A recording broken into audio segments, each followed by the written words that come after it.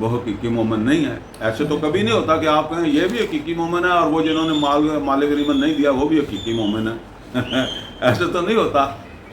یہاں بتایا یہ ہے حقیقی مومن، اور آپ کہیں کہ جس نے حلال کھایا وہ بھی حقیقی مومن اور جس نے حرام کھایا اس نے بھی وہی حقیقی مومن، دونوں تو نہیں ہو سکتے۔ لہم درجات عند ربہم، انہی کے درجات ہیں ان کے رب کے۔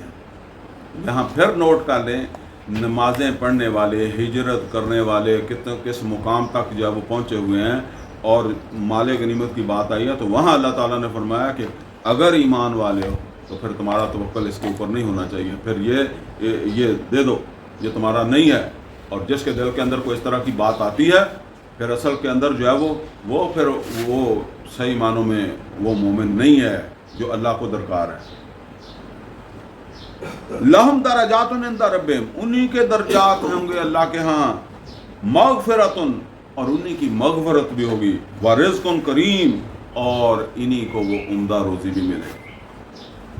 کما اخرجا ربک من بیتک بالحق، جیسے کہ آپ کے رب نے آپ کو آپ کے گھر سے نکالا جو ہے وہ حق کے ساتھ۔ وَإِنَّ فَرِيقًا مِّنَ الْمُؤْمِنِينَ لَكَارِهُونَ، اور بے شک مومنوں میں ایک گروہ یا چند، آپ سمجھ لیں گروہ چند لوگوں کے کوئی ہو سکتا ہے، اس کو کراہت آتے تھے۔ یہ ہم نے سورہ بقرہ میں بھی پڑھا، کتب علیکم القتال وہو کرہ لکم، اس سے تمہیں کراہت آتی ہے۔ اب یہاں یہ جب ہو رہا تھا تو یہ وہ مشاورت ہے جو مدینے میں ہو رہی ہے، اور مدینے میں جو مشاورت ہو رہی ہے وہ کس کے لیے ہو رہی ہے؟ وہ اس قافلے کا پیچھا کرنے کے لیے ہو رہی ہے، اور اس قافلے کے ساتھ اس کا کون ہے جو اس کو لیڈ کر رہا ہے؟ ابو سفیان ایک بڑا سردار ہے، ٹھیک ہے نا، عرب کا، اور اس کا ایک مقام بھی ہے، اور ابھی تک کوئی مشرکوں نے مسلمانوں کے اوپر کوئی حملہ وغیرہ بھی نہیں کیا تھا، تو لہٰذا کچھ لوگوں کی جو ہے وہ یہ آرگم تھا کہ اتنا بڑا قدم ہمیں نہیں اٹھانا چاہیے یا سوچنا چاہیے یا ابھی ڈیلے کر لیں یا جو کچھ بھی ہے، ٹھیک ہے نا۔ بہرحال اس میں یہ سمجھ رہے ہیں جب مشاورت ہوتی ہے تو مشاورت میں ہر آدمی کو اپنے دل کی بات کرنے کا حق ہوتا ہے، ٹھیک ہے نا۔ نبی صلی اللہ علیہ وسلم جہاں اللہ کی طرف سے بات آ جاتی تھی وہاں مشاورت نہیں کرتے تھے۔ مثال کے طور پر اللہ نے کہا نماز پڑھو، تو اب کبھی نبی صلی اللہ علیہ وسلم نے مشاورت کی کہ نماز پڑھیں کہ نہ پڑھیں، روزے اس سال رکھیں کہ نہ رکھیں، اس پہ کوئی مشاورت نہیں ہے۔ مشاورت وہاں اللہ نے بھی کہا بشاورہم فی الامر، ان کے ساتھ مشاورت کریں، تو ہر ایک نے جو اپنی ذہنی سطح کے مطابق جواب دینا۔ تو یہ آپ جب آپ اپنے گھر میں اپنے بیوی بچوں سے مشورہ کریں تو اس وقت اس چیز کو آپ کو ذہن میں رکھا کریں۔ ہمارے یہاں بعض اوقات ہم کہہ دیتے ہیں لو جی یہ بھی کوئی گل کر رہی ہے، بھئی آپ جب پوچھتے کیوں ہیں؟ پھر اس نے تو اپنی ذہن کے مطابق جواب دینا نا، اب آپ نے اس پر عمل کرنا ہے تو وہ آپ نے اپنی سوچ کے مطابق جو ہے وہ عمل کرنا، فیصلہ تو نبی صلی اللہ علیہ وسلم نے کرنا۔ تو اس سے دوسروں کو بھی ایک پارٹیسپیشن کا احساس ہوتا ہے کہ ہم بھی ساتھ ہی ہیں، ٹھیک ہے نا۔ تو وہ کچھ لوگ تھے جن کو یہ مناسب، ان کے خیال سے مناسب نہیں تھا۔ اب پھر دوسری مشاورت، یہاں اللہ نے اس کو اکٹھا کر دیا ہے۔ دوسری مشاورت ہوئی جس وقت وہ مقام صفرا کے اوپر جب اللہ کی طرف سے آ گیا کہ بھئی ایک لشکر بھی آ رہا ہے مکہ سے 1000 کے اوپر مشتمل، اور اللہ کا وعدہ ہے۔ اب یہاں بھی اللہ نے یہ نہیں کہا تھا کہ تم لازماً ادھر جاؤ، لیکن آپشن دے دیا کہ جدھر بھی جاؤ گے کامیابی تمہیں ملے گی۔ تو نبی صلی اللہ علیہ وسلم آپ مشورہ کر رہے ہیں تو ظاہر ہے وہاں بھی پھر جس کو جو مناسب لگتا ہے اس نے وہی مشورہ دینا ہے نا۔ یجادلونک فی الحق، تو وہ آپ سے بحث کرتے تھے۔ یہ سورہ مجادلہ میں یہ لڑنے کے معنی میں بھی آتا، کوئی لڑتے نہیں تھے، جھگڑتے نہیں تھے۔ مطلب یہ ہے کہ سورہ مجادلہ میں ایک عورت جو ہے اس نے نبی صلی اللہ علیہ وسلم کے ساتھ آ کر بحث و مباحثہ کیا نا اپنے شوہر کے بارے میں، تو اسی کے نام پر سورہ مجادلہ بھی ہے۔ تو وہی یہ سمجھ لیں مجادلہ ہی ہے۔ تو وہ بھی بحث کر رہے تھے، اپنے دلائل دے رہے تھے۔ یجادلونک فی الحق بعد ما تبین، اس کے بعد کہ ان کے اوپر یہ سب واضح ہو چکا تھا۔ کأنما یساقون الی الموت، ایسے محسوس کرتے تھے کہ جیسے وہ موت کی طرف گھسیٹے جا رہے ہیں، موت کی طرف لے جائے جا رہے ہیں۔ اب ظاہر بات ہے کہ انسان کے ہونے کے ناطے دیکھیں کہ 1000 ایک طرف آدمی ہے اور دوسری طرف 50-60 آدمی ہیں اور بڑا مال ہے اس کے ساتھ، اور یہاں تلواروں والے ہیں. پھر ان کے پاس وہ جو مشرکین مسلمانوں کے پاس 2 گھوڑے تھے اور 8 تلواریں تھیں اور 70 اونٹ تھے، باقی کو خالی ہاتھ ہی ڈنڈے منڈے ہوں گے. ٹھیک ہے نا. تو اور یہ ان سے لڑنے بھی نہیں آئے تھے، 1000 والے لشکر سے لڑنے کے لیے بھی نہیں آئے تھے. ٹھیک ہے نا. وہ تو آ گیا، نہ پیچھے جا سکتے تھے کہ پیچھے سے کوئی اور تیاری کر کے آ جائیں. تو اب یہ تو پھر موت ہی تھی، پھر موت ہی کی طرف جو ہے وہ جا رہے ہیں، لیکن حکم انہوں نے مانا کہ ٹھیک ہے اور فیصلہ ہو گیا تو پھر ہم جاتے ہیں، پھر آئیں گے یا نہیں آئیں گے جو بھی ہوگا واپس.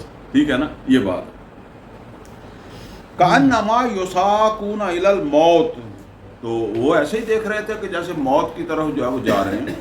وہم ینظرون، اور یہ سب دیکھ رہے تھے وہ کہ یہ سب کچھ ہے جو ابھی ہونے والا ہے. وَإِذْ يَعِدُكُمُ اللَّهُ إِحْدَى الطَّائِفَتَيْنِ أَنَّهَا لَكُمْ، جب کہ اللہ تعالیٰ نے تمہیں یقین دہانی کروائی کہ ان 2 طائفوں میں سے، یعنی 2، ایک تو لشکر ہے دوسرا قافلہ ہے، گروہ کہہ لیں، تو ایک لشکر ہے اور ایک گروہ ہے. یہ 2 جو ہیں ان میں سے ایک تو تمہیں دے دوں گا میں، لیکن کون سا تمہیں چاہیے وہ تم نے مشاورت کر لو، جیسے کہتے ہیں. وَتَوَدُّونَ أَنَّ غَيْرَ ذَاتِ الشَّوْكَةِ تَكُونُ لَكُمْ، اور تم چاہتے تھے کہ تمہارے لیے وہ ہو جس میں تمہیں کانٹا بھی نہ لگے. یہ کون سا تھا جس میں کانٹا نہیں لگتا تھا؟ یہ قافلہ تھا. یعنی وہ جو جن کی رائے تھی، جن کو لگتا تھا ادھر موت ہے، تو ان کا خیال تھا کہ ہم جائیں قافلے کی طرف، تو اس میں حفاظت ہے، محفوظ رہیں گے. تو تم وَتَوَدُّونَ أَنَّ غَيْرَ ذَاتِ الشَّوْكَةِ تَكُونُ لَكُمْ، کہ تمہارے لیے وہ ہو جس کے اندر جو ہے وہ تمہیں کانٹا بھی نہ چبھے. وَيُرِيدُ اللَّهُ أَن يُحِقَّ الْحَقَّ بِكَلِمَاتِهِ، اور اللہ یہ چاہتا تھا کہ حق کا حق ہونا ثابت کر دے اپنے فیصلے سے. وَيَقْطَعَ دَابِرَ الْكَافِرِينَ، اور کاٹ کر رکھ دے جڑ کافروں کی.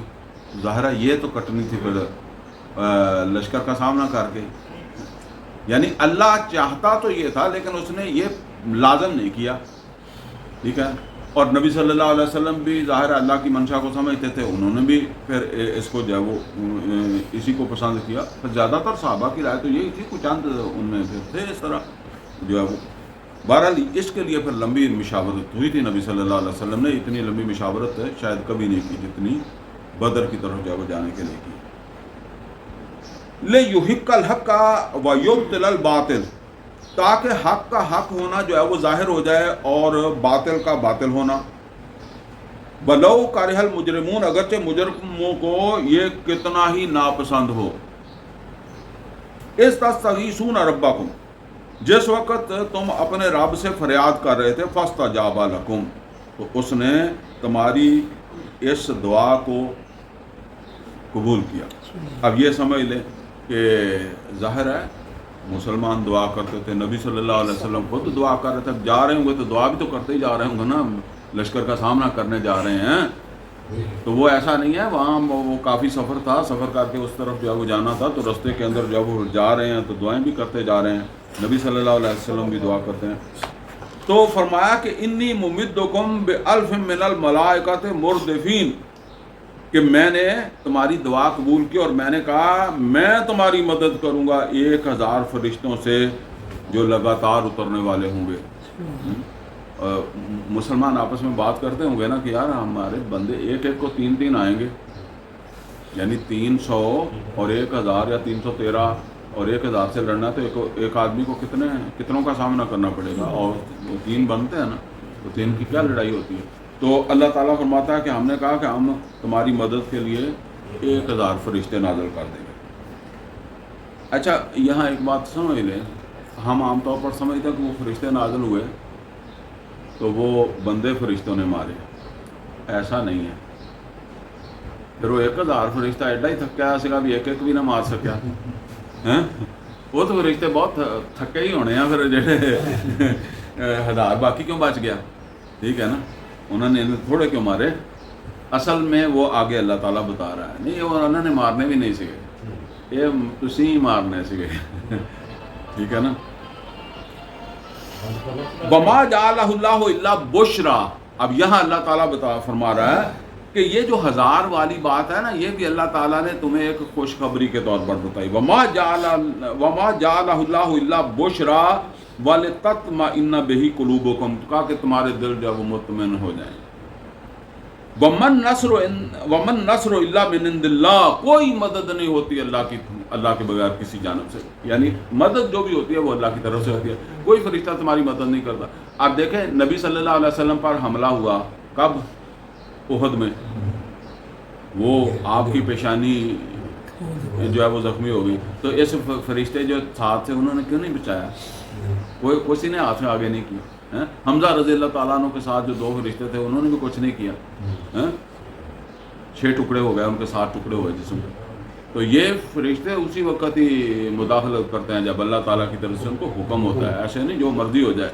آپ دیکھتے ہیں وہ جی فلاں بچہ تھا، اتنے ظلم کے ساتھ اسے مار دیا، کسی کو کیا کہتے ہیں تیزاب میں پھینک دیا۔ اگر آپ وہاں ہوں تو آپ شاید اپنے اوپر کنٹرول نہ رکھتے ہیں، کوئی منہ سے ہی بولیں گے، کوئی احتجاج ہی کریں گے، یا کوئی یہی کہیں گے کیوں ایسا کرتا ہے، تو کبھی ایسا کبھی کسی فرشتے نے کہا آگے نہیں۔ تو مدد تو اصل میں اللہ کی طرف سے ہوتی ہے۔ ان اللہ عزیز و حکیم، اللہ کہتا ہے تمہارے دل سے 1000 2000 کے حساب سے خوش ہوتے ہیں نا، تو اس لیے میں نے یہ بات تمہیں کہہ دی۔ باقی مدد تو اللہ کی طرف سے ہوتی ہے، وہ فرشتوں کے بغیر بھی ہو جاتی ہے۔ اذ یغشیکم النعاس امانۃ منہ، جس وقت تمہیں ڈھانپ لیا تھا۔ اب اللہ کہتا ہے کہ دیکھو میری طرف سے جو مدد آئی ہے تمہیں وہ کیسے آئی ہے، کہ جس وقت جو ہے وہ تمہیں ڈھانپ لیا جو ہے وہ اس کی طرف سے، یعنی اللہ کی طرف سے ایک نیند نے۔ اب ذرا نوٹ کریں یہ جو بات ہے یہ کیا ہے؟ اب میدان لگ گیا اور ایک طرف لشکر ہے مشرکین کا، دوسرے مسلمانوں کا ہے، جن کو یہ صبح پتہ ہے کہ صبح جنگ ہونی ہے، ان کو رات یہ ان کو نیند آ سکتی تھی 313 کو؟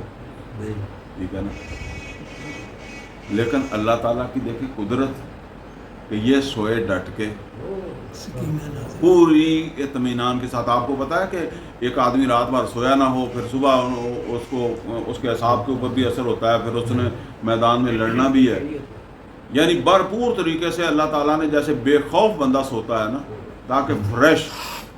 اور بھی اس میں چیزیں اللہ نے جو مدد اللہ نے کی نا وہ یہاں بتا رہا ہے۔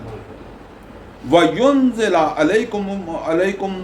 عَلَيْكُم مِّنَ السَّمَاءِ مَاءً، اور اس نے آسمان سے تمہارے لیے پانی اتار دیا۔ مسلمان نکلے ہوئے تھے کافی ٹائم پہلے کے بھی، اور آپ یہ نوٹ کریں کہ صحراؤں کے اندر نہانے دھونے کا پانی نہیں ملتا، پینے کا نہیں ملتا۔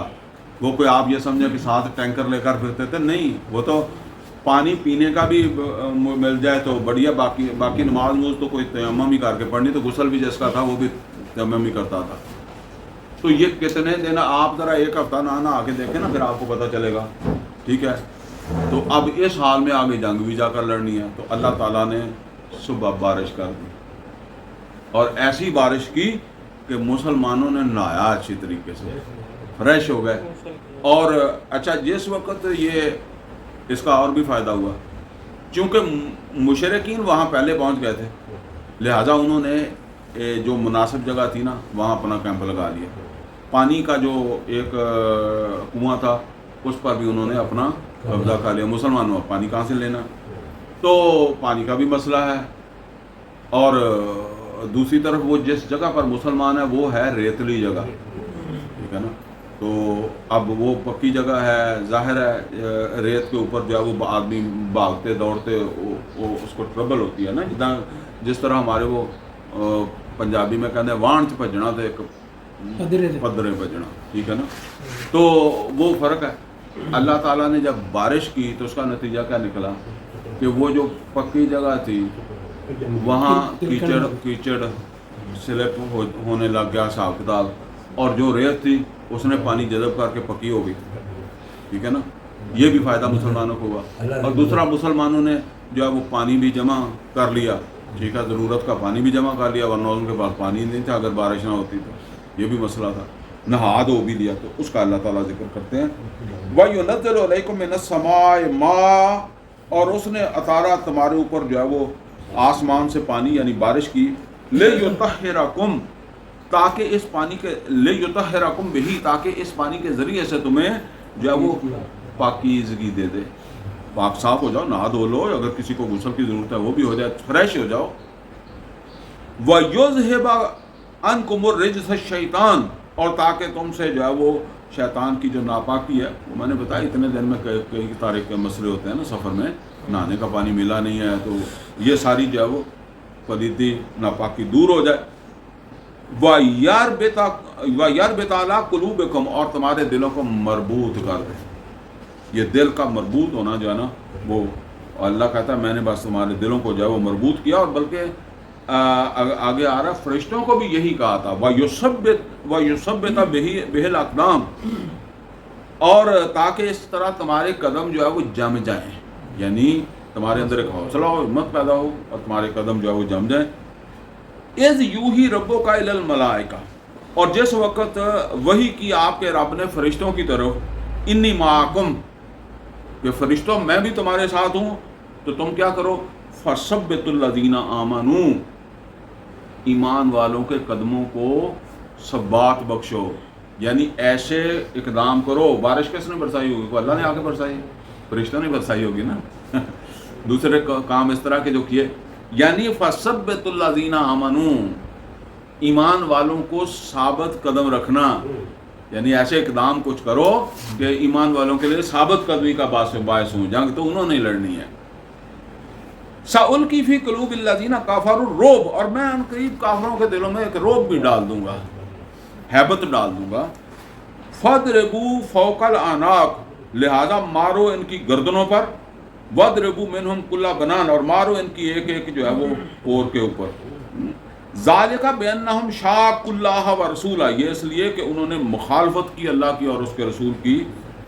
وَمَن يُشَاقِقِ اللَّهَ وَرَسُولَهُ، اور جو بھی مخالفت کرے اللہ اور اس کے رسول کی، فَإِنَّ اللَّهَ شَدِيدُ الْعِقَابِ، تو اللہ تعالیٰ اسے بڑی سخت سزا جو ہے وہ دیتا ہے۔ ذَلِكُمْ فَذُوقُوا، یہ تو ہو گیا اور تم نے بھگت لیا۔ یہ مشرکین سے اللہ تعالیٰ فرما رہا ہے کہ یہ تو ہو گیا اور تم نے بھگت بھی لیا۔ وَأَنَّ الْكَافِرِينَ عَذَابَ النَّارِ، اور کافر جو ہیں ان کے لیے ابھی آگ کا عذاب بھی بہا ہے۔ یہ دنیا کا عذاب تم نے بھگتا ہے، ابھی جہنم کے اندر بھی تمہیں جو ہے وہ کافروں کو جو ہے وہ عذاب بھگتنا ہے۔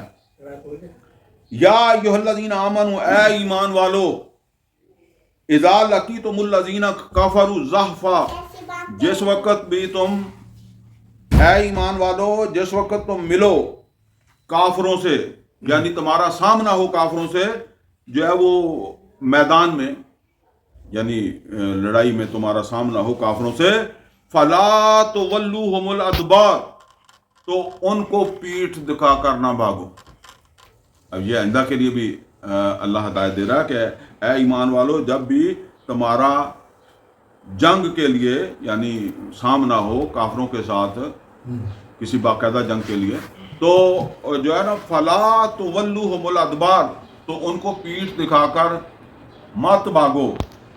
وَمَن يُوَلِّهِمْ يَوْمَئِذٍ دُبُرَهُ، اور جو اس دن دشمن کو پیٹھ دکھا کر جو ہے وہ بھاگے گا، اس سے رخ پھیرے گا، سوائے یعنی دو استثناءات کے، الا متحرفا للقتال، سوائے اس کے کہ کوئی جنگی تدبیر ہو، ٹھیک ہے نا، تو جنگ کے اندر ہے بعض اوقات ایک تدبیر ہوتی ہے جسے ہم کہتے ہیں چھاپا مار، یا کوئی اس طرح، یا کہتے ہیں نا کہ جی ہندوستان کے اندر جو ہے وہ کوئی بندے جو ہے وہ اوپر سے اتار دیے، اب ان کا وہ کوئی لشکر نہیں ہے، آپ نے کوئی بندے اتارے ہیں، ان کو کوئی کام دیا ہے، تو ان کو یہ بھی آپ نے بتایا کہ بھئی موقع دیکھ کے بھاگ بھی جانا، ٹھیک ہے نا، تو وہ تو بھاگے گا، لیکن ایک لشکر جسے کہتے ہیں نا آمنے سامنے ہو کے لڑ رہا ہے، تو اس کی بات ہو رہی ہے، وہ اگر بھاگے گا تو اس کو اللہ تعالیٰ کہتا کہ ایسا کبھی نہ کرنا۔ ہاں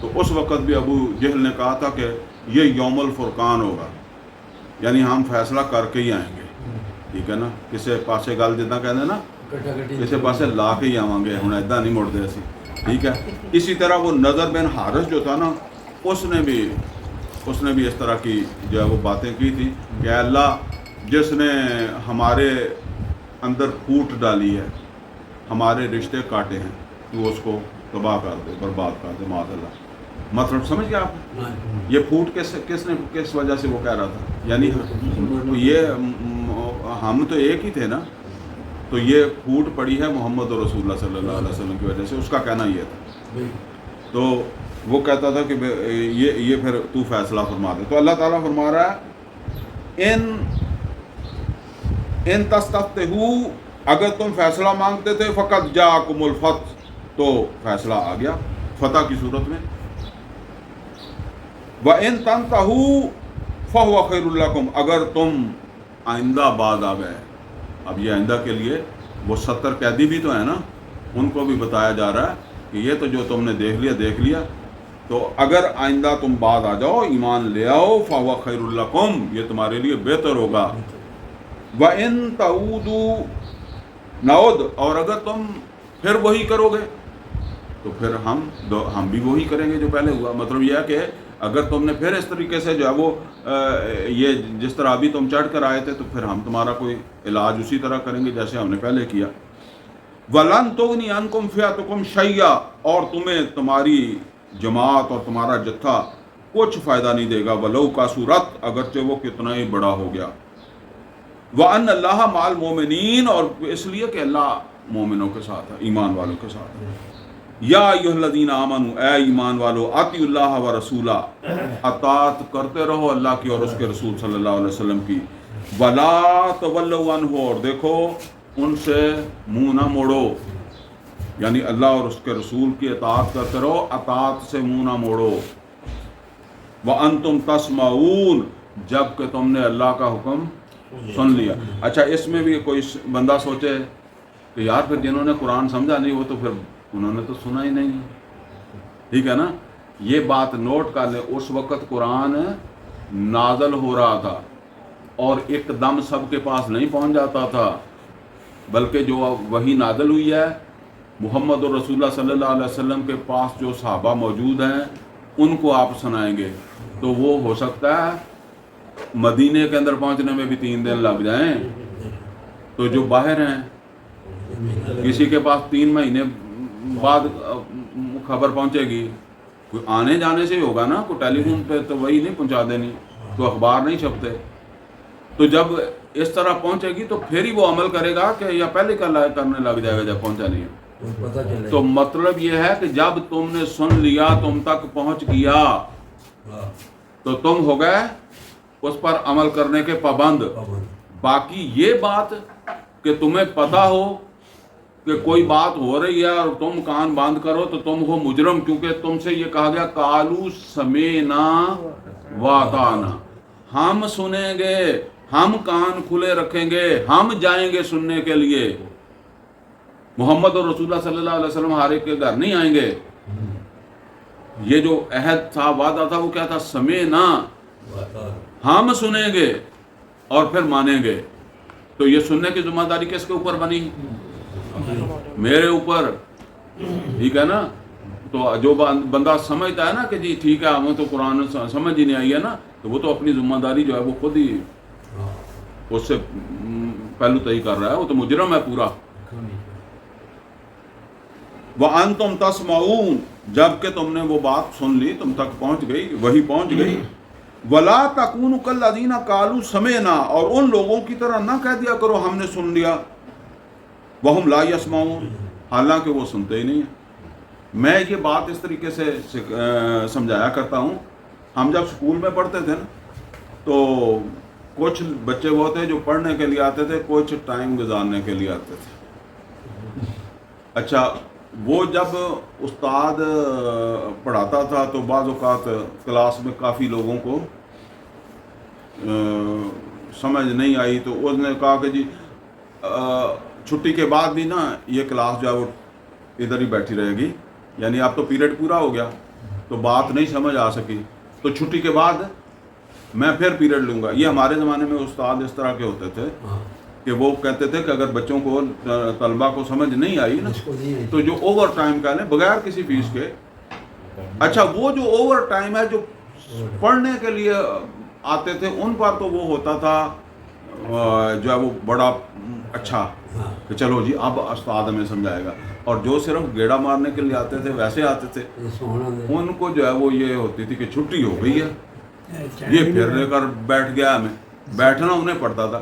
اچھا استاد جب سمجھاتا تھا تو وہ پوچھتا تھا کہ بھئی سمجھ آ گئی, تو وہ سب سے پہلے کہتے تھے سمجھ آ گئی جنہوں نے سمجھنا ہی نہیں ہوتا تھا.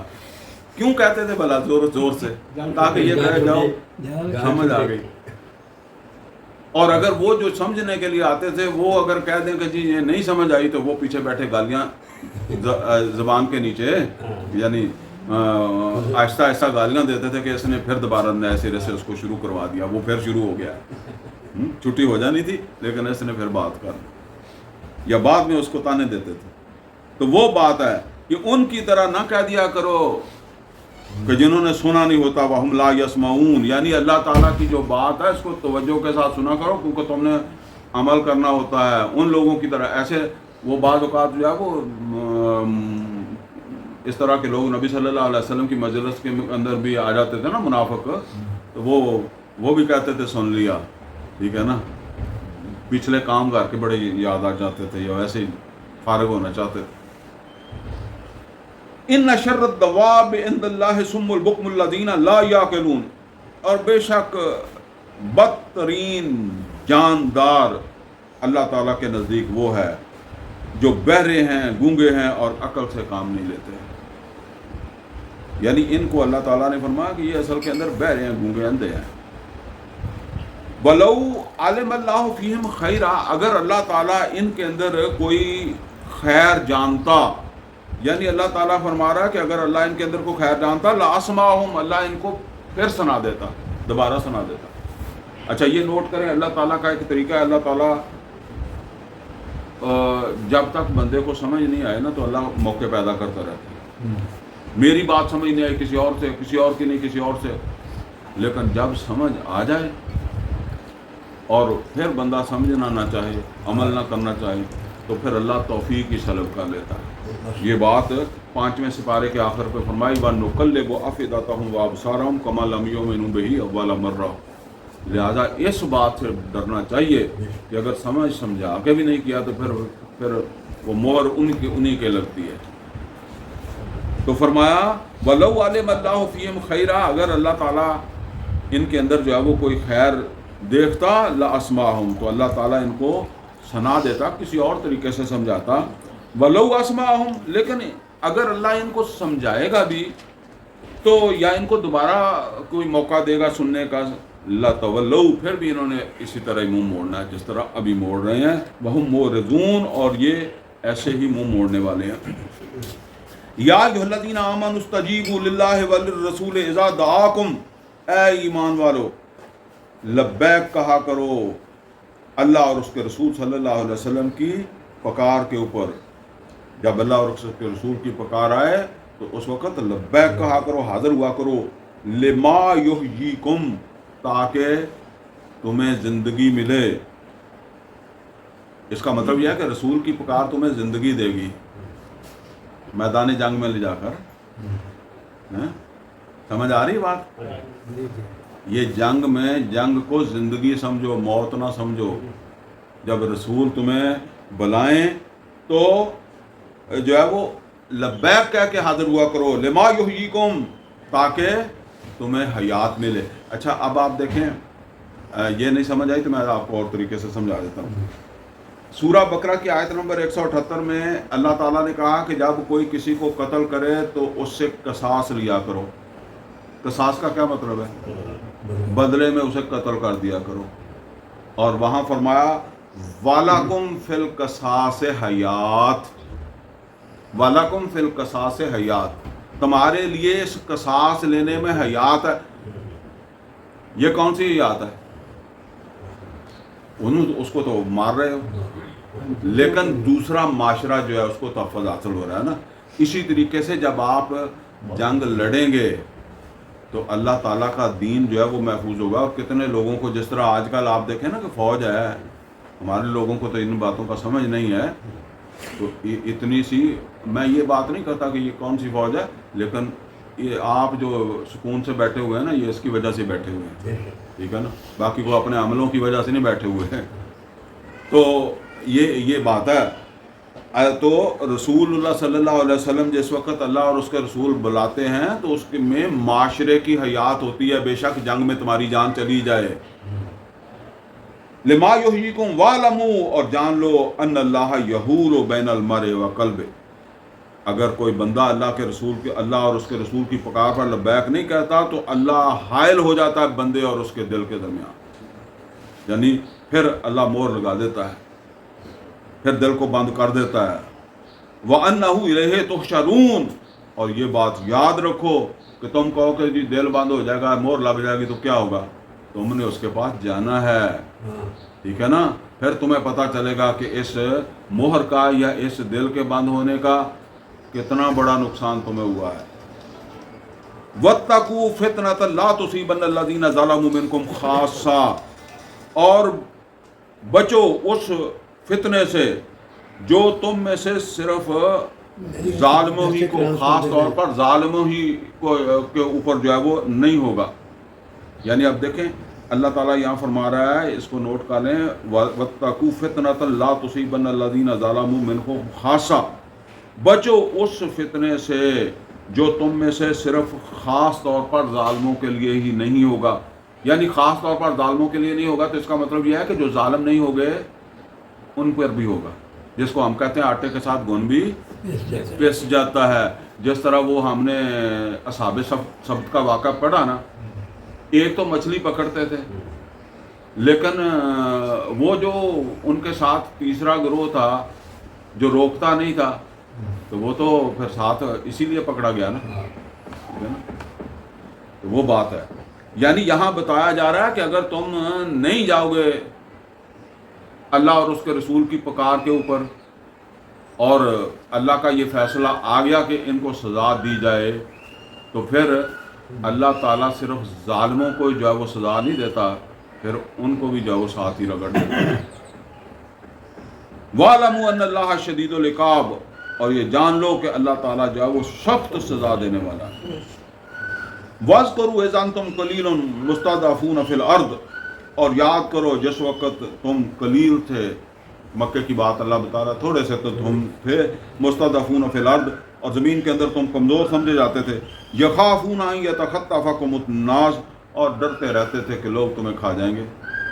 فآواکم, تو اس نے تمہیں ایک ٹھکانہ دیا. کون سا ٹھکانہ دیا؟ مدینہ. مکے میں تم ایسے سمجھتے تھے کہ پتہ نہیں کیا کر دیں گے ہمارے ساتھ, اور تمہیں ایک بہترین ٹھکانہ دیا. وَأَيَّدَكُمْ بِنَصْرِهِ, اور اس نے تمہاری مدد کی اپنی طرف سے, اتنے بڑے لشکر کے مقابلے میں تمہیں شکست دی. وَرَزَقَكُمْ مِنَ الطَّيِّبَاتِ, اور کتنا مال غنیمت بھی ملا اور کتنا اچھی روزی دی. لَعَلَّكُمْ تَشْكُرُونَ, تاکہ تم شکر کرو. یا ایھا الذین آمنوا, اے ایمان والو, لا تخونوا اللہ والرسول, خیانت نہ کرو اللہ کے ساتھ اور نہ رسول کے ساتھ. وَتَخُونُوا أَمَانَاتِكُمْ, اور نہ باہم ایک دوسرے اپنی امانتیں, جو ایک دوسرے کی جو تمہارے معاملات ہوتے ہیں نا امانتیں, نہ ان کے اندر خیانت کرو, نہ اللہ کے ساتھ. اب اللہ کی خیانت کون سی ہے؟ یہ دین اللہ کے, قرآن اللہ کی امانت ہی ہے نا, دین امانت ہے. وَأَنْتُمْ تَعْلَمُونَ, جب کہ تم اس بات کو جان لو.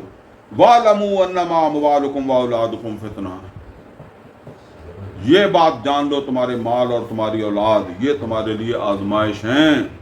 تمہیں فیل کروائیں گے تو یہ کروائیں گے, یعنی وہ تمہیں خیانت جو ہے بددیانتی کے اوپر اگر تمہیں لے کر جائیں گے تو کون لے کر جائیں گے؟ تمہارے مال اور تمہاری اولادیں. یعنی پیچھے اصل میں بات آئی ہے نا کہ اللہ کے اور رسول کی بات کے اوپر, پکار کے اوپر لبیک کہو, تو چلیں آپ جنگ کو ذرا چھوڑ لیں, کیونکہ جنگ تو ابھی ہمارے ہو نہیں رہی جس میں ہم نے جانا ہے. تو اللہ نے یہ بھی تو کہا حلال کھاؤ, لیکن جب بچوں کو دیکھتا ہے تو کہتا ہے یہ پھر بچے کو جو ہے وہ فلاں ڈگری کروانی ہے, اس کے لیے تو حرام چاہیے. یا یہ کرنا ہے وہ کرنا ہے، شادی کرنی ہے یا کار لے کے دینی ہے، ٹھیک ہے نا، تو اس کے لیے حرام کار کما لو، کسی کا حق جو ہے وہ دبا لو، تو یہ جو ہیں یہ تمہیں بددیانتی کی طرف لے کر جائیں گے، اس خیانت کو امانت میں خیانت کی طرف لے کر جائیں گے۔ اسی وجہ سے کتنے لوگ ہیں، اب ذرا دیکھیں نا، کتنے لوگ ہیں جو مرنے سے پہلے قرآن سیکھ لیتے ہیں، اور ٹائم نہیں ہے، ٹائم نہیں ہے، ایسے ہی کہتے ہیں ساری زندگی جم کے 70 سال 80 سال کی عمر تک پہنچ گیا، ٹائم نہیں ملا، تو ایک ایس کام دا ٹائم نہیں ملا، باقی تو سارے ٹائم ملے ہی ہے نا۔ وَاعْلَمُوا أَنَّمَا أَمْوَالُكُمْ وَأَوْلَادُكُمْ فتنہ، اور یہ بات جان لو تمہارے مال اور تمہاری اولاد یہ فتنہ ہیں، فتنہ کسوٹی کو بھی کہتے ہیں، ہم اس پر پرکھیں گے کہ تم نے اس کو ترجیح دی تھی یا اللہ کے دین کو ترجیح دی تھی، یا اللہ نے جو حکم دیا تھا اس کو ترجیح دی تھی۔ وَأَنَّ اللَّهَ عِندَهُ أَجْرٌ عَظِيمٌ، اگر اس کسوٹی کے اوپر تم پورے اتر گئے تو پھر اللہ کے ہاں بڑا اجر ہے۔ یا ایھا الذین آمنوا، اے ایمان والو، ان تتقوا اللہ، اگر تم اللہ سے ڈرتے رہے، یجعل لکم فرقانا، تو وہ اسی طریقے سے تمہارے لیے فرقان جو ہے وہ بناتا رہے گا۔ فرقان سے مراد کیا ہے؟ وہ میں نے بتایا نا کہ اس نے کہا تھا ابو جہل نے کہ یہ یوم الفرقان ہے، بدر یوم الفرقان ہے، اللہ نے کہا پھر فرقان ہی ہے، یعنی اسی طرح اللہ تمہارے حق میں فیصلے کرتا رہے گا۔ وَيُكَفِّرْ عَنْكُمْ سَيِّئَاتِكُمْ، اور دور کر دے گا تمہاری برائیاں، وَيَغْفِرْ لَكُمْ، اور تمہیں معاف کر دے گا، وَاللَّهُ ذُو الْفَضْلِ الْعَظِيمِ، اور اللہ تعالیٰ جو ہے وہ بڑے فضل والا ہے۔ وَإِذْ يَمْكُرُ بِكَ الَّذِينَ كَفَرُوا، اور جس وقت کافر جو ہے وہ آپ کے خلاف تدبیریں کر رہے تھے یا چالیں چل رہے تھے، لِيُثْبِتُوكَ، کہ آپ کو پکڑ لیں۔ اب یہ نبی صلی اللہ علیہ وسلم جب مکہ میں تھے تو اس وقت یہ منصوبہ بندیاں ہو رہی تھیں کہ نبی صلی اللہ علیہ وسلم کو گرفتار کر لیا جائے، آپ کو قتل کر دیا جائے، اور یا آپ کو یہاں سے نکال دیا جائے۔ تو فرمایا وَإِذْ يَمْكُرُ بِكَ الَّذِينَ كَفَرُوا، اور جس وقت آپ کے خلاف تدبیریں کر رہے تھے، منصوبہ بندیاں کر رہے تھے، چالیں چل رہے تھے کافر، کیا چاہتے تھے؟ لِيُثْبِتُوكَ، کہ آپ کو قید کر لیں، او یقتلوک، یا آپ کو قتل کر دیں، او یخرجوک، یا آپ کو نکال دیں۔ وَيَمْكُرُونَ وَيَمْكُرُ اللَّهُ، اور وہ بھی اپنی تدبیریں کر رہے تھے، منصوبہ بندیاں کر رہے تھے، اور اللہ بھی اپنی منصوبہ بندی کر رہا تھا، اللہ بھی اپنی تدبیر کر رہا تھا۔ وَاللَّهُ خَيْرُ الْمَاكِرِينَ، اور اللہ بہترین تدبیر کرنے والا ہے، وہ نہ آپ کو پکڑ سکے، نہ آپ کو قتل کر سکے، نہ وہ آپ کو نکال سکے۔ نبی صلی اللہ علیہ وسلم تو اپنی مرضی سے بھی نکلے ہیں۔ وَإِذَا تُتْلَىٰ عَلَيْهِمْ آيَاتُنَا، جس وقت ان کے سامنے پڑھی جاتی ہیں ہماری آیات، قَالُوا قَدْ سَمِعْنَا، تو یہ کہتے ہیں کہ ہم نے سن لیا، لَوْ نَشَاءُ لَقُلْنَا مِثْلَ هَٰذَا، ہم چاہیں تو ہم بھی اس طرح کی آیات جو ہے وہ بنا سکتے ہیں۔ یہ بنائی تو کسی نے نہیں، لیکن پھر اس میں سے لوگ جو ہے وہ اس طرح کے تھے جو کہہ دیتے تھے کہ یہ اس طرح کی باتیں ہم بھی جوڑ کر سنا سکتے ہیں۔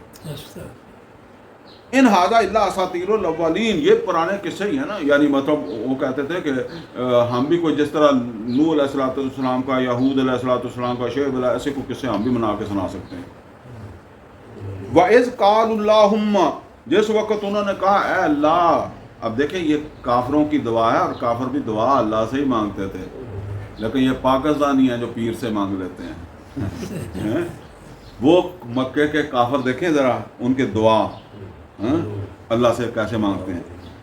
وَقَالُوا اللَّهُمَّ، جس وقت انہوں نے کہا اے اللہ، ان کان ھذا هو الحق من عندک، اگر یہ حق ہے تیری طرف سے، یعنی یہ قرآن حق ہے، محمد رسول اللہ صلی اللہ علیہ وسلم حق ہیں، تیری طرف سے ہیں، تو کیا کر، فَأَمْطِرْ عَلَيْنَا حِجَارَةً مِّنَ السَّمَاءِ، تو ہمارے اوپر آسمان سے پتھروں کی بارش کر دے، وہ جس طرح قوم شعیب پر کی یا قوم صالح پر کی یا ہود کے، وہ تاکہ ہمیں پتہ لگے کہ واقعی یہ حق ہے، سچ ہے، ٹھیک ہے نا۔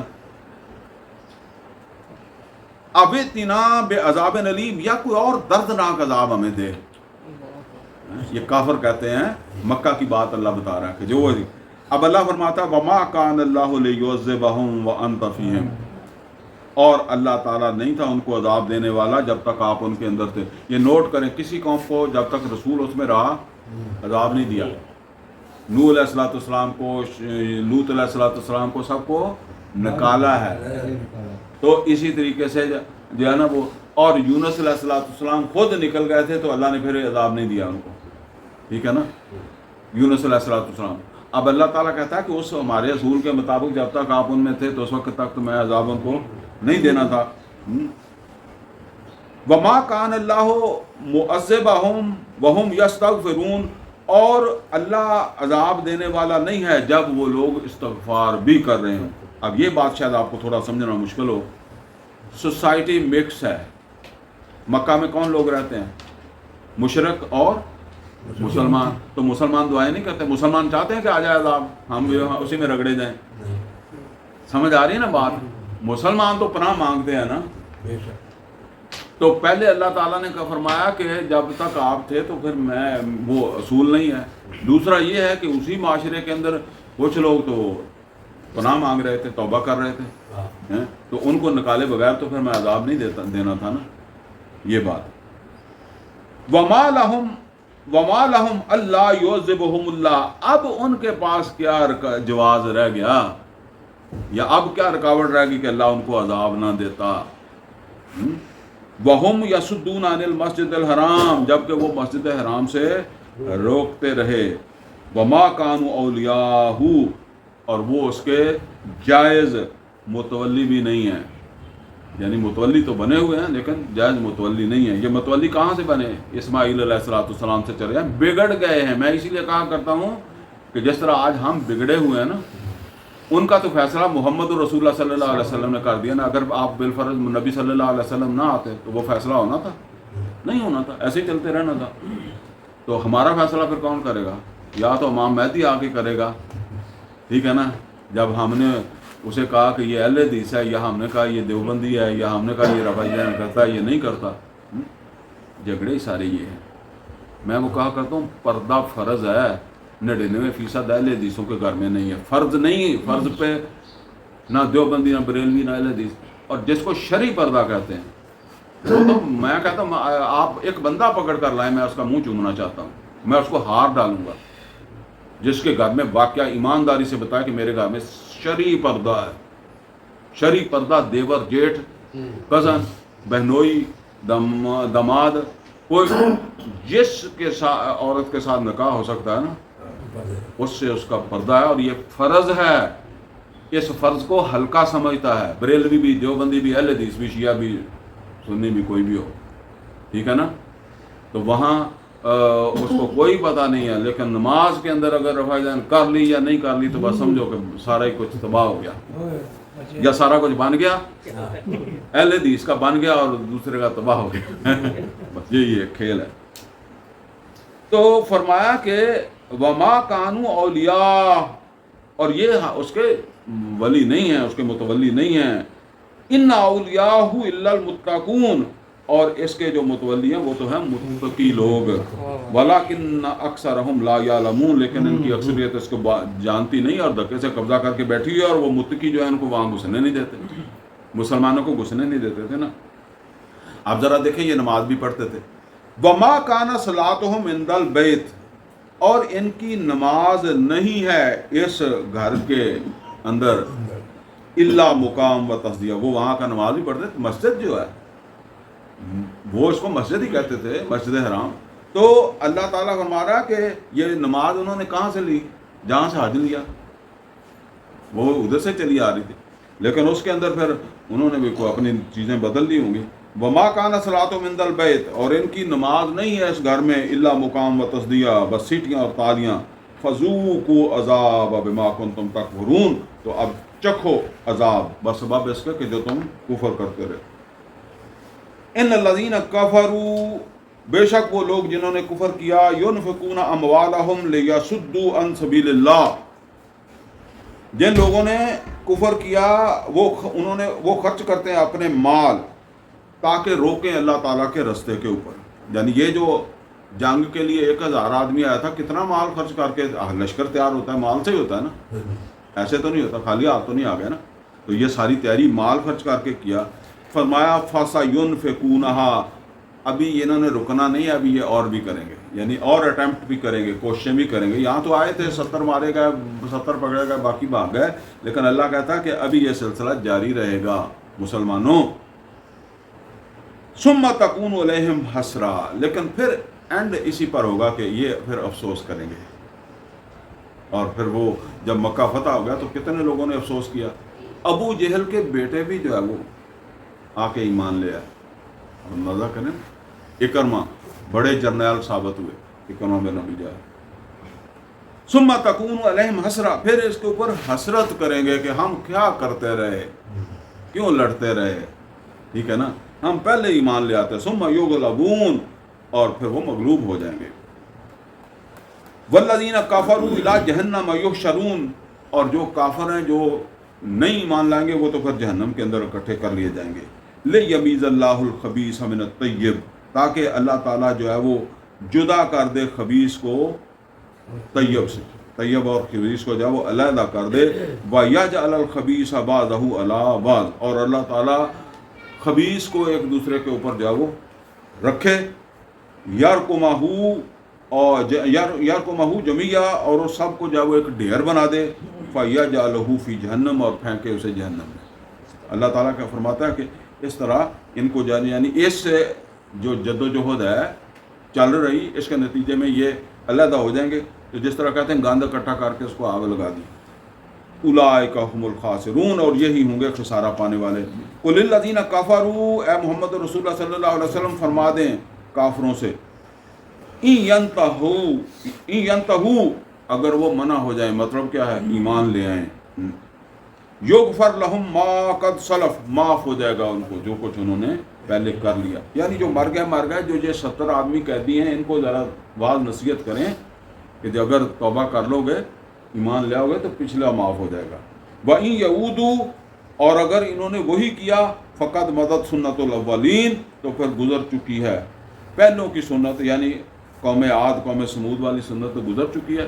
جس طرح ان کو ختم کر دیا گیا تھا، ختم تو تمہیں بھی کر دیا جائے گا. وَقَاتِلُوهُمْ حَتَّى لَا تَكُونَ فِتْنَةٌ، بڑی اہم آیت ہے جی، نوٹ کر لیں. وَقَاتِلُوهُمْ، اے محمد رسول اللہ صلی اللہ علیہ وسلم اور مسلمانوں، جنگ کرتے رہو، حَتَّى لَا تَكُونَ فِتْنَةٌ، یہاں تک کہ فتنہ باقی نہ رہے. یعنی صرف ایک جنگ لڑنی نہیں تھی، صرف بدر نہیں لڑنی تھی، جنگ اس وقت تک لڑنی ہے جب تک فتنہ نہیں ختم ہوتا. یہ 5 سال لڑنی پڑے، 10 سال لڑنی پڑے، 50 سال لڑنی پڑے، 100 سال لڑنی پڑے. ایک اللہ نے بتا دیا کہ یہ ہے وہ پوائنٹ جو جنگ کو ختم کرے گا، اور وہ کیا ہے، فتنہ ختم ہو جائے گا. اور وہ فتنہ کیا ہے، حتی لا تکون فتنہ، یہاں تک فتنہ باقی نہ رہے.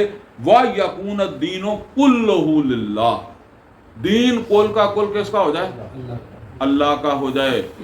آپ دیکھیں مشرکین بھی ہیں، ان کا بھی اپنا دین مذہب ہے، اور یہودی بھی ہیں، وہاں عیسائی بھی تھے، منفرد قسم کے اور بھی نظریات کے حامل لوگ تھے، کو ملحد تھے.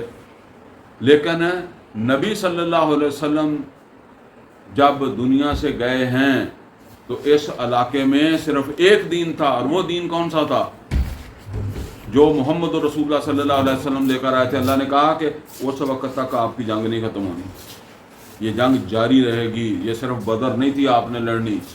تو اس کا مطلب یہ ہے کہ مسلمانوں کے لیے جو وہ جسے کہتے ہیں کہ منزل ہے، وہ کیا ہے، اللہ کے دین کا غلبہ. فَإِنِ انْتَهَوْا، پھر اگر یہ باز آ جائیں، فَإِنَّ اللَّهَ بِمَا تَعْمَلُونَ بَصِيرٌ، تو جو کچھ تم کر رہے ہو اللہ تعالیٰ اس کو جو ہے وہ دیکھنے والا ہے.